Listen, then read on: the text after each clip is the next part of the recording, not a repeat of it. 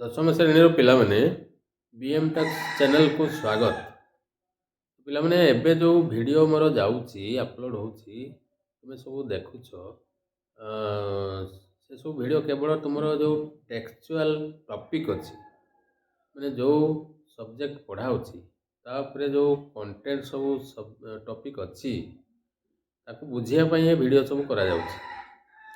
ଆଗାମୀ ଦିନରେ ବୋର୍ଡ଼ ପରୀକ୍ଷା ପୂର୍ବରୁ ବୋର୍ଡ଼ ପରୀକ୍ଷାରେ କିପରି ପ୍ରଶ୍ନ ଆସିବ ଏବଂ ସେଥିରେ ତୁମେ କି ପ୍ରକାର ପ୍ରଦର୍ଶନ କରିବ ତା ଉପରେ ପ୍ରାଞ୍ଜଳ ଭାବରେ ଭିଡ଼ିଓ ଆସିବ। ତେଣୁ ଧୈର୍ଯ୍ୟ ସହ ଅପେକ୍ଷା କର। ଏବେ ଏ ଯେଉଁ ଏକ୍ସପ୍ଲାନେଟରୀ ଭିଡ଼ିଓ ସବୁ ଯାଉଛି ପିକ୍ଚରାଇଜେସନ୍ ମାଧ୍ୟମରେ, ତାହା ତୁମ ଟପିକ୍କୁ ବୁଝିବାରେ ସହାୟକ ହେବ। ଧନ୍ୟବାଦ। ଧୈର୍ଯ୍ୟ ସହ ଏସବୁ ଭିଡ଼ିଓକୁ ଦେଖ।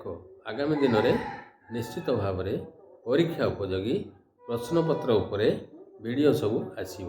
ତା'ର ସଲ୍ୟୁସନ୍ ଦେଖି ପ୍ରାକ୍ଟିସ୍ କରିବ ଏବଂ ପରୀକ୍ଷାରେ କୃତକାର୍ଯ୍ୟ ହେବ।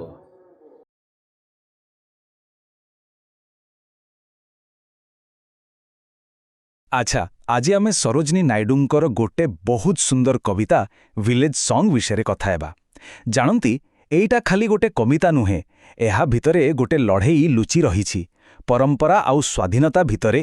ଚାଲନ୍ତୁ ଏହି କୋମଳ କିନ୍ତୁ ଶକ୍ତିଶାଳୀ ଦ୍ୱନ୍ଦ୍ୱ ଭିତରକୁ ଯିବା ଆଉ ଦେଖିବା ଏହା ଆମକୁ କେଉଁ ସତ୍ୟ ପାଖକୁ ନେଇଯାଉଛି।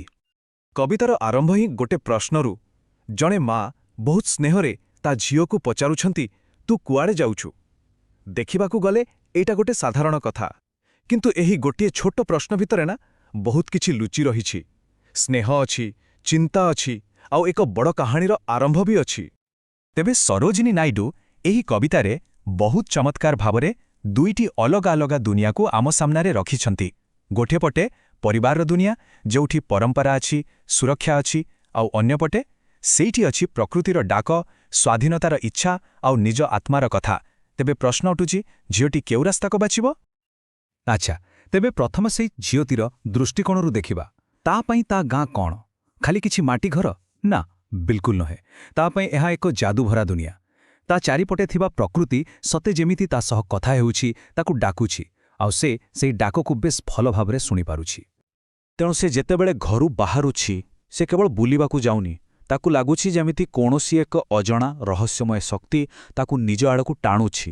ଏମିତି ଏକ ଆକର୍ଷଣ ଯାହାକୁ ସେ ଏଡ଼େଇ ପାରୁନି, ଆଉ ଏହି ଟାଣି ହୋଇଯିବା ହିଁ ବୋଧହୁଏ ତା ଜୀବନର ମୋଡ଼ ବଦଳାଇ ଦେବ।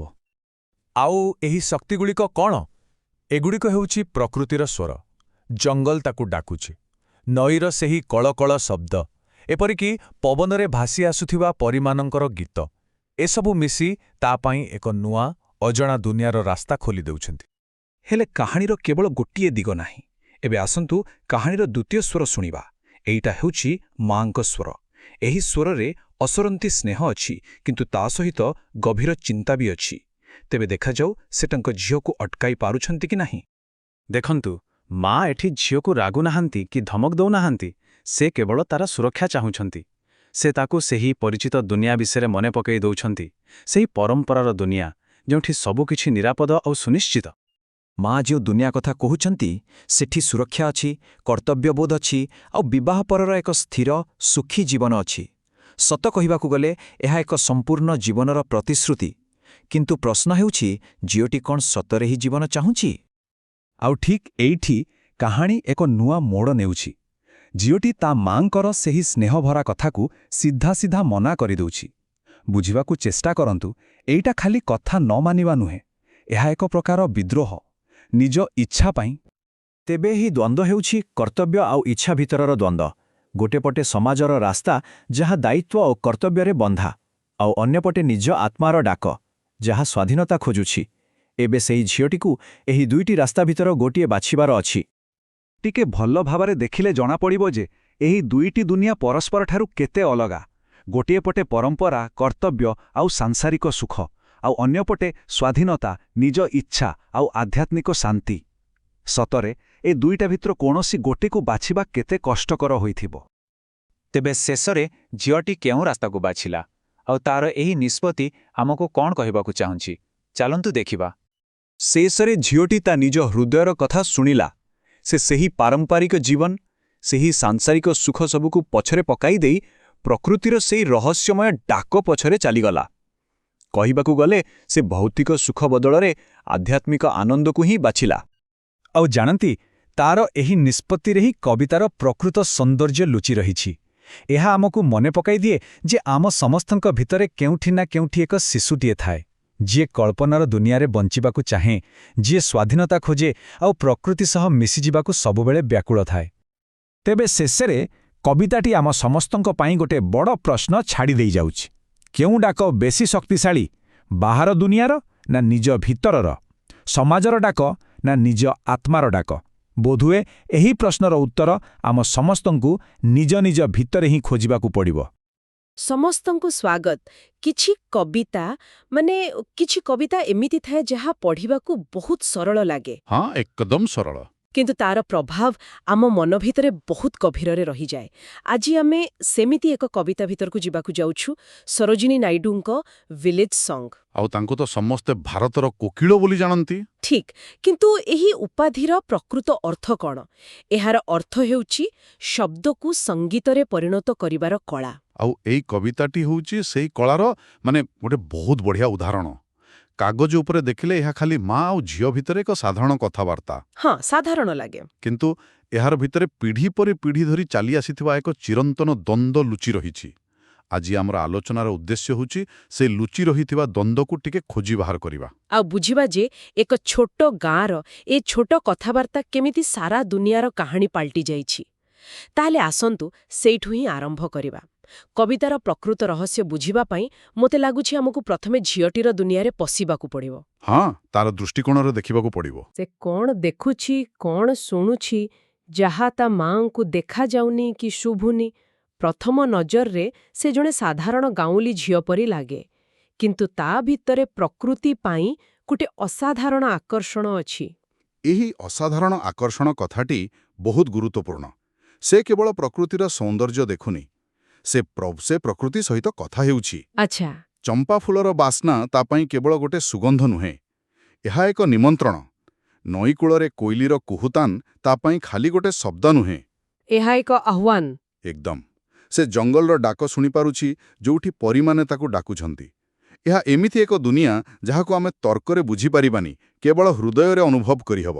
ତେବେ ଆପଣ କହୁଛନ୍ତି ଯେ ଜଙ୍ଗଲର ଡାକ ହେଉ କି ପରୀମାନଙ୍କର ଗୀତ, ଏସବୁ ପ୍ରକୃତିରେ ଝିଅର ନିଜ ଭିତରର ଡାକ।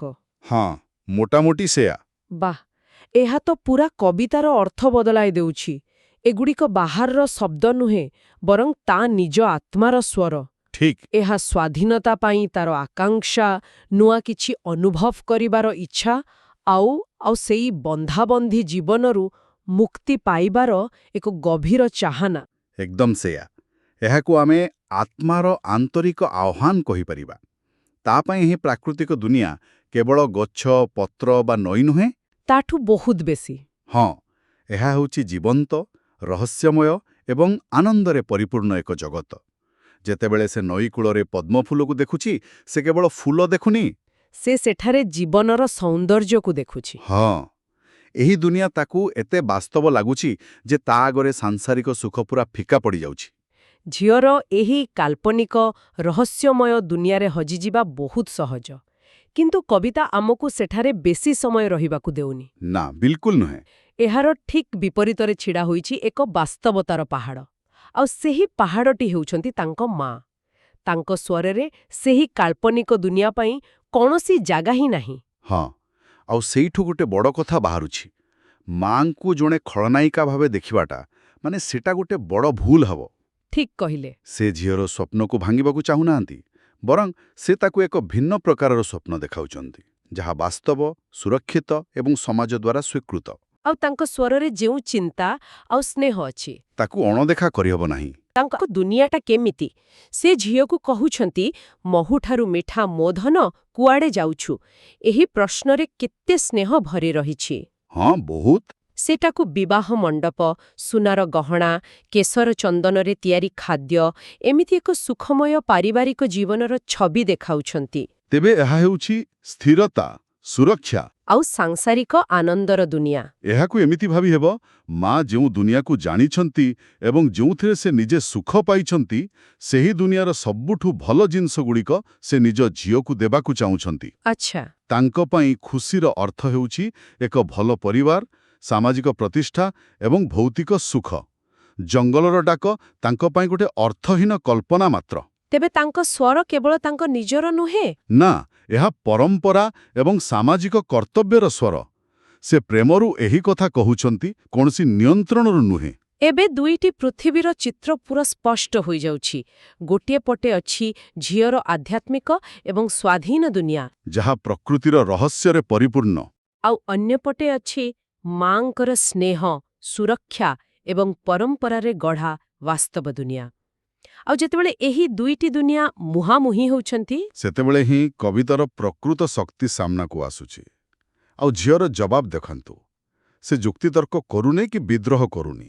ନା, ବହୁତ ଶାନ୍ତ ଭାବରେ କହୁଛି। ହଁ, ସେ ବହୁତ ଶାନ୍ତ ଭାବରେ କହୁଛି ଯେ ମା ଯେଉଁ ସୁଖର କଥା କହୁଛନ୍ତି, ତାହା ତା ପାଇଁ କିଛି ମୂଲ୍ୟ ରଖେ ନାହିଁ, ବରଂ ଆସିବାର ସଙ୍ଗୀତଠାରୁ ତାକୁ ଜଙ୍ଗଲର ନୀରବତା ଅଧିକ ମଧୁର ଲାଗୁଛି।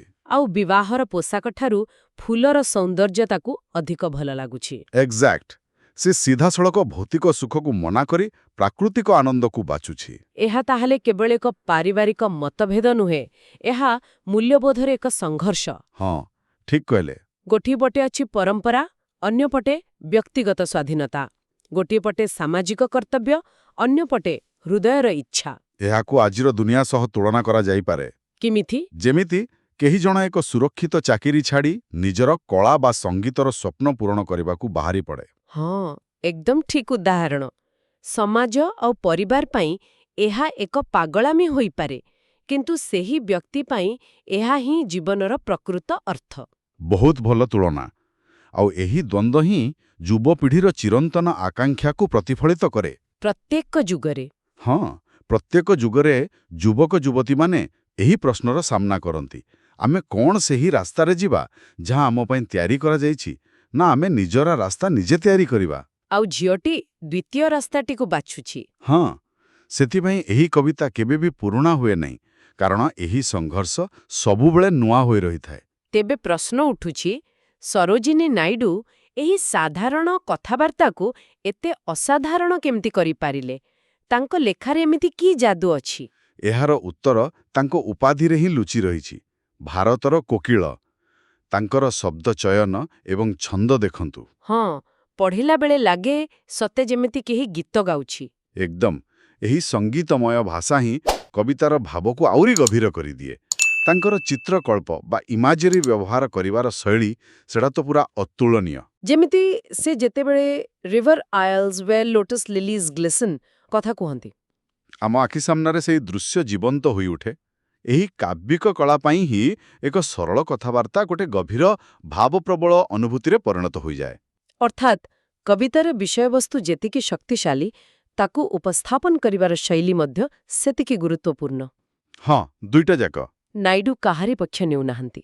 ସେ ମାଙ୍କ ସ୍ନେହକୁ ଯେତିକି ସମ୍ମାନ ଦେଉଛନ୍ତି, ଝିଅର କଳ୍ପନା ଏବଂ ନିରୀହତାକୁ ମଧ୍ୟ ସେତିକି ପ୍ରଶଂସା କରୁଛନ୍ତି। ହଁ, ସେ ଦେଖାଉଛନ୍ତି ଯେ ଝିଅର ବିସ୍ପତ୍ତି କୌଣସି ଅବୁଝାପଣାରୁ ନୁହେଁ, ବରଂ ଏକ ଭିନ୍ନ ପ୍ରକାରର ବୁଝାମଣାରୁ ଆସିଛି।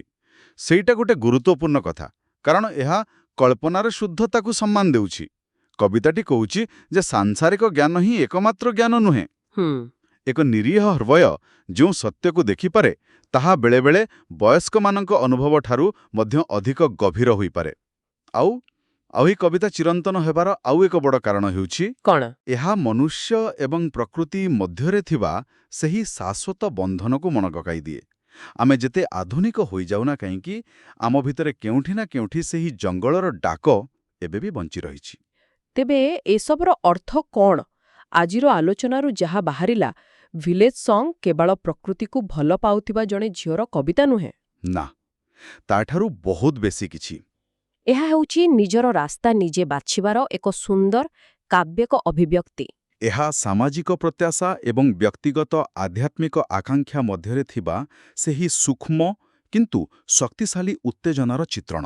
ହଁ, ଏବଂ ସର୍ବୋପରି ଏହା ହେଉଛି ପ୍ରାକୃତିକ ଜଗତର ସେହି ଚିରନ୍ତନ ଯାଦୁର କାହାଣୀ, ଯାହା ପିଢ଼ି ପରେ ପିଢ଼ି ଧରି ଆମକୁ ଡାକି ଚାଲିଛି, ଯଦିଓ ଆମେ ସେ ଡାକକୁ ଶୁଣିପାରୁ କି ନାହିଁ। ଆମ ଆଲୋଚନା ଶେଷ ପର୍ଯ୍ୟାୟରେ କିନ୍ତୁ ମୋ ମନରେ ଗୋଟେ ପ୍ରଶ୍ନ ରହିଯାଉଛି। କବିତାରେ ଝିଅଟି ନିଷ୍ପତ୍ତି ନେଉଛି ଯେ ସେ ଜଙ୍ଗଲକୁ ଚାଲିଯିବ, କିନ୍ତୁ ତାପରେ କ'ଣ ହବ?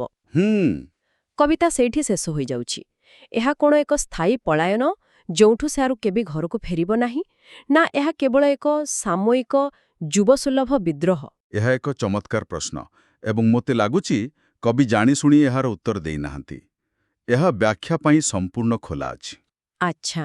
କିନ୍ତୁ ଆଉ ଗୋଟେ କଥା ଭାବିବା ଦରକାର, ଏହି ସଂଘର୍ଷକୁ କୋମଳ ସଂଘର୍ଷ ବୋଲି ବର୍ଣ୍ଣନା କରାଯାଇଛି। ଏହା କାହିଁକି ବିଦ୍ରୋହ ନୁହେଁ, ବରଂ କୋମଳ। ହଁ, ସେଇଟା ଗୋଟେ କଥା। ବୋଧହୁଏ କାରଣ ଏହା ଘୃଣା ବା କ୍ରୋଧରୁ ସୃଷ୍ଟି ହୋଇନାହିଁ। ଏହା ଦୁଇଟି ଭିନ୍ନ ପ୍ରକାରର ଭଲ ପାଇବାର ମୁକାବିଲା।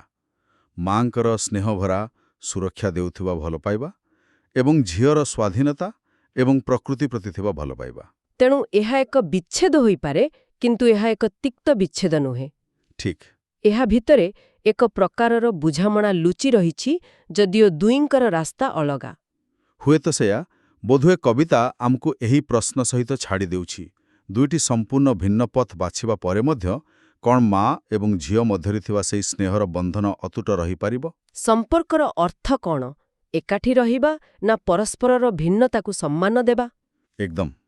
ଏହି ପ୍ରଶ୍ନର ଉତ୍ତର ବୋଧହୁଏ କବିତା ବାହାରେ ଆମ ନିଜ ନିଜ ଜୀବନର ଅନୁଭୂତି ଭିତରେ ହିଁ ମିଳିବ।